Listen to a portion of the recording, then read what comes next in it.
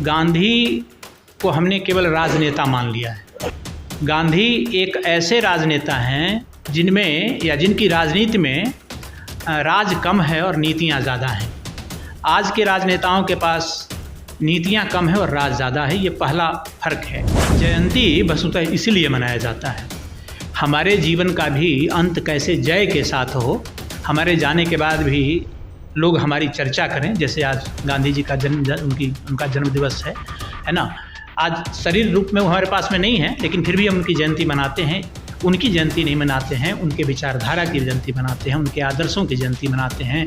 जिन ख्यालों के लिए वो जीते रहे, हम उन ख्यालों को मरना देना नहीं चाहते हैं।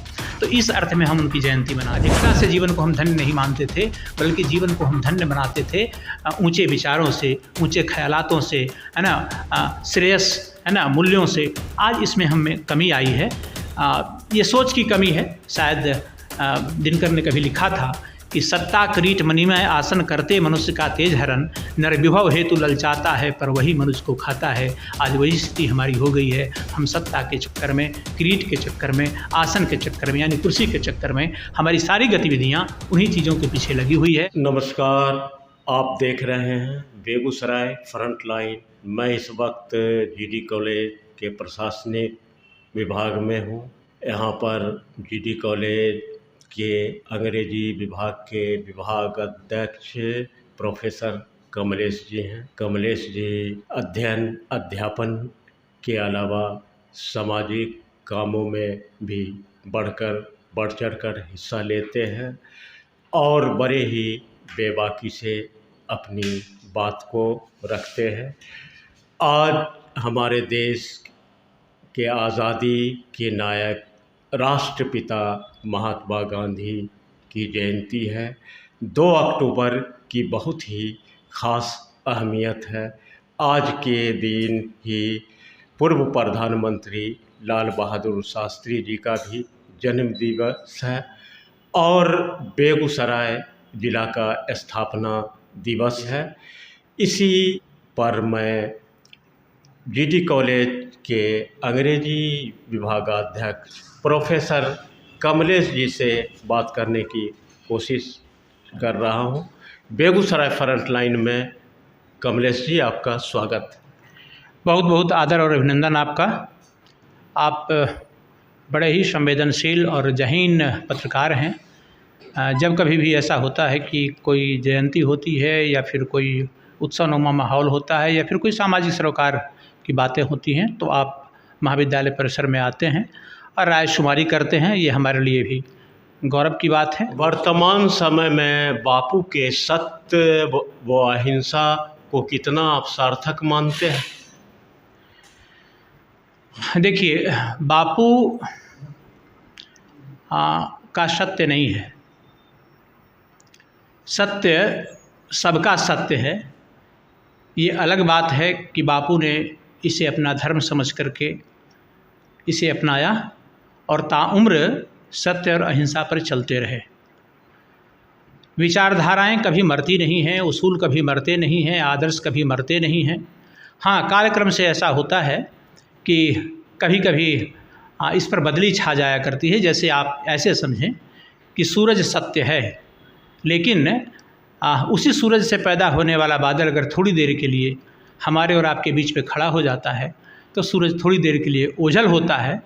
तो सत्य तो वही है, लेकिन बादल के चलते उसकी प्रतीति हमको नहीं हो रही है। इसी तरीके से सत्य एक ही रहता है। हाँ, व्यक्तित्व को पा करके सत्य का साक्षात्कार जो है वो बदलता रहता है, वह कभी एक रस नहीं रहता है।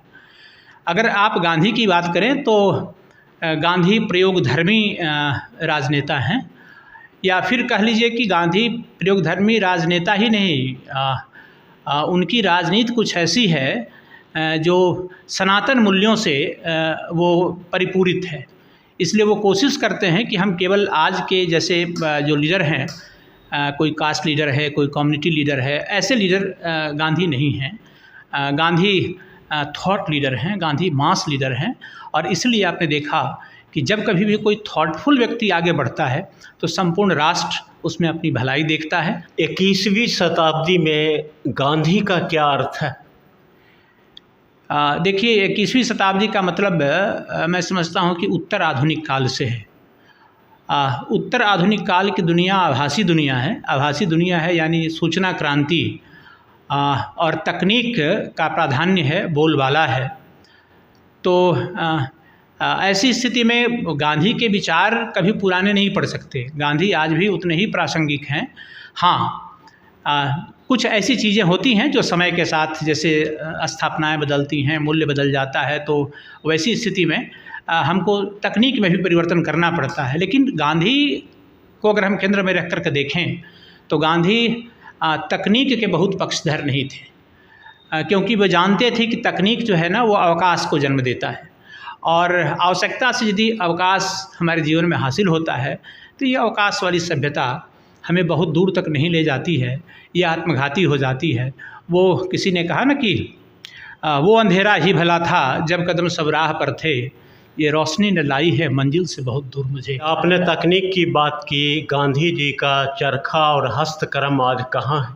लोग इससे पीछे क्यों हट रहे हैं, कहाँ विलुप्त हो रहा है? हाँ, देखिए यही कारण है कि हमारी सदी जो है ना वो रोगों की सदी है। जब से हमने हस्तकरघा छोड़ दिया है, या फिर मान लिया गांधी का जो कह लीजिए कि वो एक बुनियादी शिक्षा में उनका जो श्रमदान का जो कंसेप्ट था, स्वच्छता के लिए हम किसी मशीन पर निर्भर नहीं हुआ करते थे, हम स्वयं, हमको अपनी हाथों पर भरोसा हुआ करता था। जब से ये ख्यालात हमसे दूर होता चला गया है, आप देख रहे हैं कि हमारे जीवन में बीमारियां बढ़ी हैं, समाज में बीमारियां बढ़ी हैं, और मानसिक रूप से भी हम अपाहिज होते चले जा रहे हैं। तो ज़रूरत है कि हम इस बात को बहुत ज़्यादा प्रश्रय न दें, और हम अगर हस्तकरघा में वापस नहीं लौट सकते हैं, ठीक है ना, क्योंकि संख्या हमारी बढ़ी है, और अगर हस्तकरघा के बदौलत हम चाहेंगे कि हम सबों के कपड़े की आपूर्ति कर दें, या तरह तरह के जो और भी हमारे आच्छादन हैं उनकी हम पूर्ति कर दें, वह संभव नहीं है। लेकिन सीमित उपयोग इसका होना चाहिए।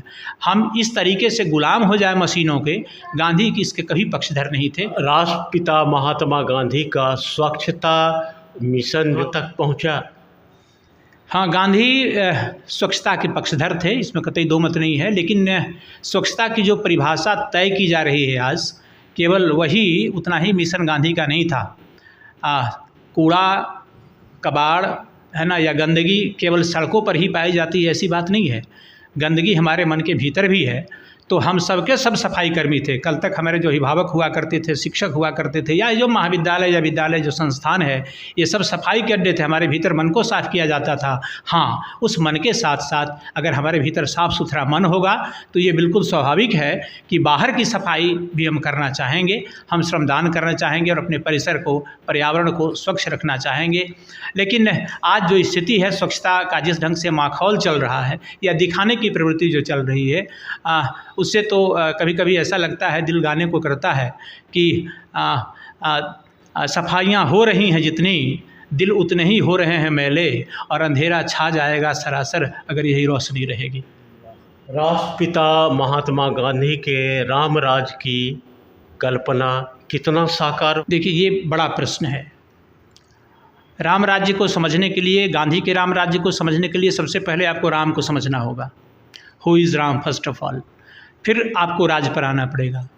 अगर राम पर सांकेतिक रूप से यदि हम आपको बताना चाहें, बिल्कुल कम शब्दों में, तो समझिए कि रामो विग्रहवान धर्म। राम धर्म है, राम नीति हैं, राम ज्ञान हैं, राम वैराग्य हैं, राम कुल मिलाकर के समरसता के प्रतीक हैं। तो ऐसे समाज की या ऐसे राज्य की जब स्थापना होगी, तभी राम राज्य की स्थापना होगी। मानस में जिस राम राज्य की चर्चा है, तो उसमें बात आती है कि दैहिक दैविक भौतिक तापा, राम राज्य नहीं काहू ही व्यापा। यानी ये तीन तरह के जो ताप है ना, तीन तरह के जो संकट है ना, कौन कौन? जैसे दैहिक, यानी कोई सी बीमारी का न होना, है ना, हम स्वस्थ रहें, सर्वे भवन्तु सुखिनः, है ना, सर्वे सन्तु निरामयाः का जो कंसेप्ट है, वह राम राज्य का कंसेप्ट है। यानी हमें कोई शारीरिक कष्ट नहीं हो, हमें कोई रोग नहीं हो, हमें कोई बीमारी नहीं हो, यह दैहिक बातें हो गई। भौतिक का मतलब होता है कि सांसारिक, यानी भोजन, वस्त्र, और आवास की जो बात है इसकी परिपूर्ति हो, इसकी किसी को कमी नहीं हो, ऐसी जब स्थितियां आती हैं, और फिर उसके बाद है मानसिक रूप से यानी दैविक जो बातें होती हैं, तो वह भी इस तरह का अगर कोई कष्ट नहीं हो, न दैहिक कष्ट हो, न दैविक कष्ट हो, न भौतिक कष्ट हो, तब जाकर के राम राज्य की स्थापना होती है। शिक्षा पर गांधी जी के क्या थे विचार? पहली बात तो मैं आपको बता दूं कि गांधी को हमने केवल राजनेता मान लिया है। गांधी एक ऐसे राजनेता हैं जिनमें या जिनकी राजनीति में राज कम है और नीतियां ज़्यादा हैं। आज के राजनेताओं के पास नीतियां कम है और राज ज़्यादा है, ये पहला फ़र्क है। और गांधी ने देश को यानी अंग्रेज़ों की गुलामी से भारत को आज़ाद कराया, ये तो गांधी का बहुत ही छोटा सा अवदान है। आप गांधी के समग्र दर्शन को आप पढ़ेंगे तो गांधी का अनुपात बहुत बड़ा अनुपात है। उनका जो प्रोपोर्शन है उनके थिंकिंग का, उनके लाइफ का, उनके विजन का, वो बहुत बड़ा विजन है। उनके पास में अपनी शिक्षा नीति है, उनके पास में अपना कृषि दर्शन है, उनके पास में अपना सामाजिक विकास का दर्शन है। यानी एक समग्र दृष्टि जब हम गांधी के प्रति अपनाते हैं, ये सबों के साथ नहीं होता है। आपको राजनेता बहुत मिल जाएंगे, लेकिन उनके पास इस दृष्टि का अभाव होगा। उनके पास शिक्षा की कोई होलिस्टिक डेवलपमेंट की दृष्टि उनके पास में नहीं होगी, सोशियो पॉलिटिकल डेवलपमेंट की उनके पास दृष्टि नहीं होगी। गांधी के पास बुनियादी शिक्षा की जो दृष्टि है वह आज भी भारत के लिए माकूल है। और भारत के लिए क्या, वो चाहते थे कि संपूर्ण विश्व के लिए मंगलकारी शिक्षा हो। यानी जो बुनियादी शिक्षा है, फंडामेंटल उनका जो एजुकेशन है, आज नई शिक्षा नीति हमारे यहाँ लागू हुई है। आप घूम फिर करके देखेंगे कि गांधी का जो दर्शन है या गांधी का जो विजन है वो उसमें रिजोनेंट है, अनुगूंजित होता है। कैसे भाई, तो अभी स्किल एजुकेशन की बात उसमें चल रही है, स्किल डेवलपमेंट की बात चल रही है। यानी हम नॉलेज तो दें ही, साथ ही साथ हम बच्चों को स्किल दें, उनकी एबिलिटी को हम बढ़ाएं, और इसके लिए तरह तरह के हुनर सिखाने की बात थी। तो ये तो गांधी की शिक्षा में पहले ही से ही शामिल है कि वो अर्न व्हाइल यू लर्न, आप पढ़े भी और साथ ही साथ कुछ अर्जन भी करें। ये गांधी का कंसेप्ट था शिक्षा के प्रति। और मैं समझता हूँ कि नई गांव को लेकर गांधी जी के विचार, देखिए मैंने फिर आपको बताया ना कि गांधी अपने आप में एक कंप्लीट मैन है, और शायद यही कारण है कि पिछले 1000 वर्षों में जो पुरस्कार मैन ऑफ द मिलेनियम का मिला है वह गांधी को मिला है। न जाने कितने लोग धर्म के क्षेत्र में या फिर कह लीजिए विज्ञान के क्षेत्र में, सामाजिक सेवा के क्षेत्र में ढेर सारे लोग पैदा हुए हिंदुस्तान की धरती पर, लेकिन 1000 वर्षों का सबसे ऊंचा जो पारितोषिक है वह गांधी को मिला है। और इसीलिए गांधी को मिला है कि गांधी के पास एक समग्र दृष्टि है जिसमें गांव है ना। शहर की वो विरोधी नहीं है, लेकिन वो मानते हैं कि भारत की आत्मा गाँवों में बसती है। एक सामाजिक सुधार के तौर पर गांधी जी की क्या है भूमिका? देखिए, गांधी जी की भूमिका और इनकी प्रासंगिकता, इनका औचित्य हमेशा बना रहेगा। आप कभी जब ख्याल करेंगे तो आपको लगेगा कि गांधी, कई लोग ऐसे हुए, जैसे मान लीजिए आप पाश्चात्य दर्शन की शुरुआत करेंगे तो वहाँ पर एक दार्शनिक आपको मिलता है प्लेटो। तो प्लेटो ने दुनिया को समझने की कोशिश की थी और उसके लिए उसने ढेर सारे सिद्धांत भी दिए। उसके बाद भी जो लोग आए उन लोगों ने भी उसी रास्ते को आगे बढ़ाया और दुनिया को समझने की कोशिश की। लेकिन कालक्रम से हम देखते हैं कि वहाँ एक दूसरा दार्शनिक भी पैदा हुआ जिसका नाम था Marx, Karl Marx. Karl Marx ने यह घोषणा की कि दुनिया को समझने की बहुत कोशिश हुई, अब ज़रूरत है दुनिया को बदलने की। गांधी एक ऐसे शख्स हैं जिनके भीतर आपको प्लेटो भी मिलेगा और जिनके भीतर आपको मार्क्स भी मिलेगा। यानी दुनिया को बदलने के लिए, भारत को बदलने के लिए उनके पास एक स्पष्ट नीति है और वो मानते हैं कि मानव श्रम की कभी भी उपेक्षा नहीं की जानी चाहिए, ज्ञानार्जन किया जाना चाहिए, विज्ञान की उन्नति की जानी चाहिए, लेकिन ऐसे विज्ञान की उन्नति नहीं की जानी चाहिए जो हमारे लिए जानलेवा हो जाए। गांधी जी का सपना साकार हो रहा है। गांधी जी का जो सपना था वो तो आपने पहले ही प्रश्न में कहा कि गांधी जी राम राज्य चाहते थे। तो गांधी का राम राज्य तो अभी पूरी तरह हमारे पास में नहीं आया है, लेकिन हम प्रयत्नशील हैं, है ना। भारत सरकार और भारत की जनता भी ये चाहती है कि अगर राम राज्य जैसी स्थितियां बहाल हो जाएं, यानी मैंने पहले भी कहा कि वो अपने में भर व्यक्ति सब कुछ कैसे विकास करेगा, यह एकांत स्वार्थ भीषण है अपना नाश करेगा, अरे औरों को हंसते देखो मनु हंसो और सुख पाओ, अपने सुख को विस्तृत कर लो सबको सुखी बनाओ। यह कंसेप्ट जब आएगा तभी जाकर के राम राज्य की कल्पना या गांधी के जो सपने हैं वो मुकम्मल हो पाएंगे, वो पूरे हो पाएंगे। आज गांधी के देश में नफरत, हिंसा बढ़ती जा रही है, एक दूसरे के लोग खून के प्यासे हैं। इस पर आप गांधी जयंती, आप एक शिक्षक हैं, अध्ययन और अध्यापन के क्षेत्र में आप काम कर रहे हैं, क्या कहेंगे आप? देखिए, जयंती वस्तुतः इसीलिए मनाया जाता है, हमारे जीवन का भी अंत कैसे जय के साथ हो, हमारे जाने के बाद भी लोग हमारी चर्चा करें। जैसे आज गांधी जी का उनका जन्म दिवस है ना। आज शरीर रूप में वो हमारे पास में नहीं है, लेकिन फिर भी हम उनकी जयंती मनाते हैं। उनकी जयंती नहीं मनाते हैं, उनके विचारधारा की जयंती मनाते हैं, उनके आदर्शों की जयंती मनाते हैं। जिन ख्यालों के लिए वो जीते रहे, हम उन ख्यालों को मरना देना नहीं चाहते हैं, तो इस अर्थ में हम उनकी जयंती मनाते हैं। बहुत ही दुखद स्थिति है सचमुच में। आज इस देश में खास करके जिसको हम कहते हैं ना कि यत्र नार्यस्तु पूज्यन्ते रमन्ते तत्र देवता के देश में 8 वर्ष की बच्चियों के साथ, 10 वर्ष की बच्चियों के साथ वहसीपन की, दरिंदगी की प्रतियोगिता चल रही है। ये हमारे लिए शर्मसार करने लायक बात है। चाहे वो नागालैंड हो या मणिपुर हो या राजस्थान हो, है ना, महिलाओं को निर्वस्त्र करके उनको घुमाया जा रहा है, आगजनी की घटनाएं की जा रही हैं, धर्म और जाति के नाम पर तांडव चल रहा है। ये अच्छी बातें नहीं हैं और ज़रूरत है कि हम सब मिल बैठ करके, हम केवल राजनेताओं के बल पर देश को नहीं छोड़ सकते, हमें भी आना होगा आगे। आंदोलन, सही काम के लिए आंदोलन नहीं दिख पा रहा।